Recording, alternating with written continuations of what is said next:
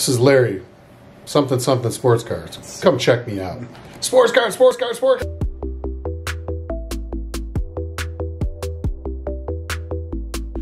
What does the hobby mean to me? The hobby is collecting sports cards and memorabilia in your leisure time. There are many different parts to this hobby. You have buyers, you have sellers, you have flippers, traders, dealers, set builders, mem collectors, show dealers, autograph collectors, etc.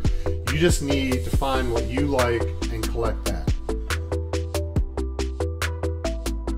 To me, the best part of the hobby is a variety that you find. There's always something that you haven't seen, whether it's from your favorite player, your favorite team, an autograph, a sport, a one-on-one. All sorts of new things are constantly out there, from vintage to custom cards.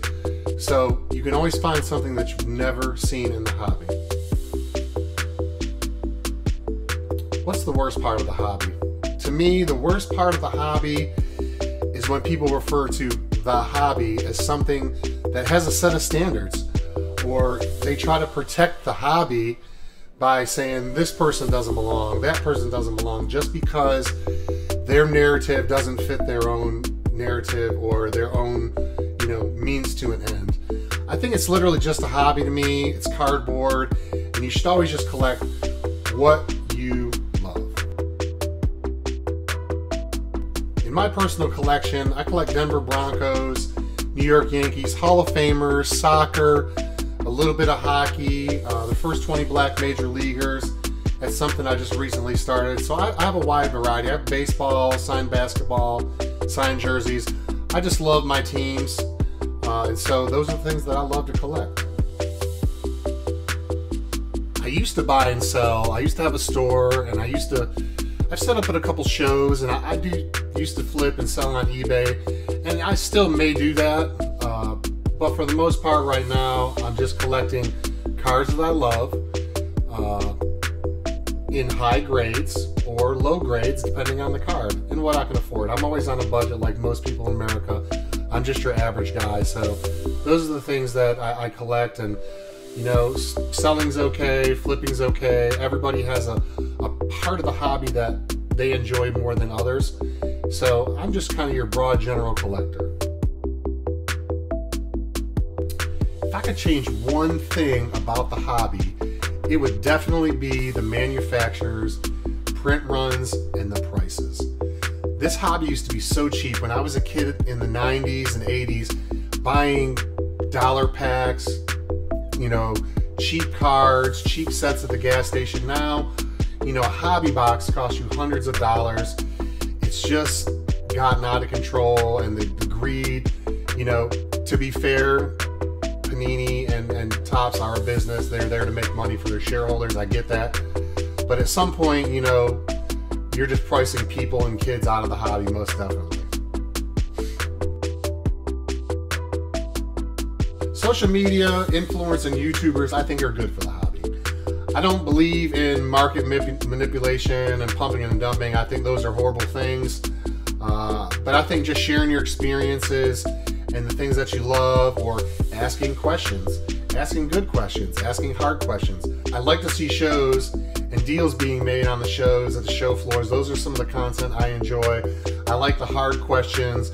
I like the analysis. I like every bit of it, I like how some content creators and social influencers are honest, and every deal is just not a big deal. You don't have a big score every time. Wins and losses are normal in the collecting world, and I don't know about you guys, but I really don't like all the drama, between content creators and social media makers, especially just because someone's narrative doesn't fit another person's narrative. Oh, let's block them, or let's not have a conversation. There has to be common ground, and you have to be able to have an open and honest conversation even when disagreements arise. That's just how you can see each other's perspective and bring it to the masses. Future card shows, I think that regional and small car shows will become the norm. Not everyone, with this economy and just in general, can fly to the National or fly to Dallas or go out to California and see, the big shows out there. I'll drive to a show if it's within a couple hours. And at some point, I may be able to fly to a show. But I really, at this point, and where the economy is going, I think regional and smaller shows are the way to go. Dallas is, from what I see online, is a great show. It's always highly attended. Chantilly, Virginia is a great show. I see I'm within 4 or 5 hours of there. I may go there someday.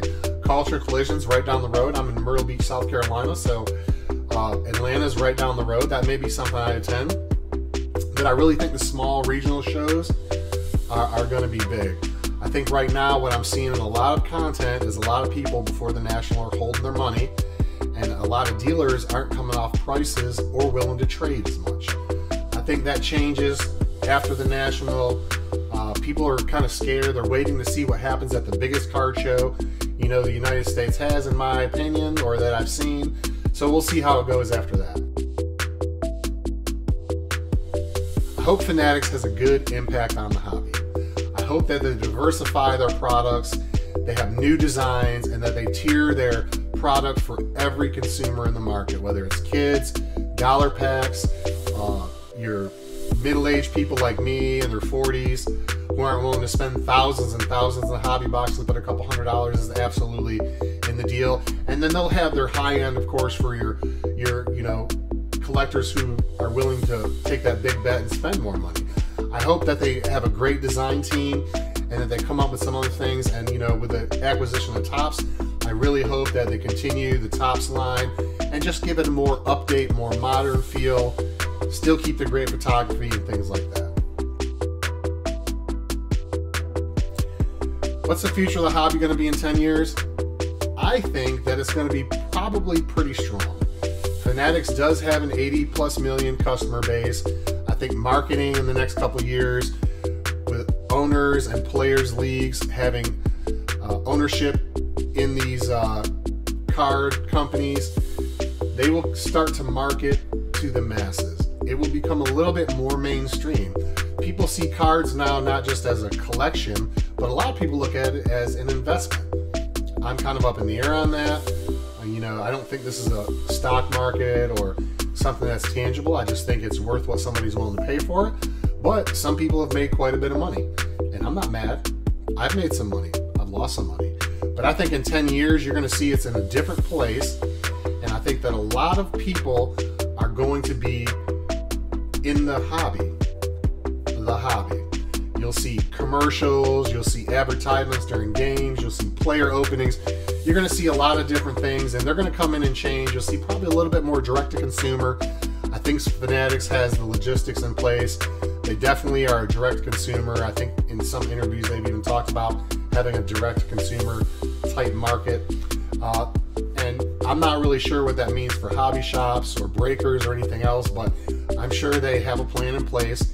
And as the time starts to near where they actually take over these big licenses, we will see that in place. Probably first with Topps, since they bought Topps and they have baseball, and then finally ending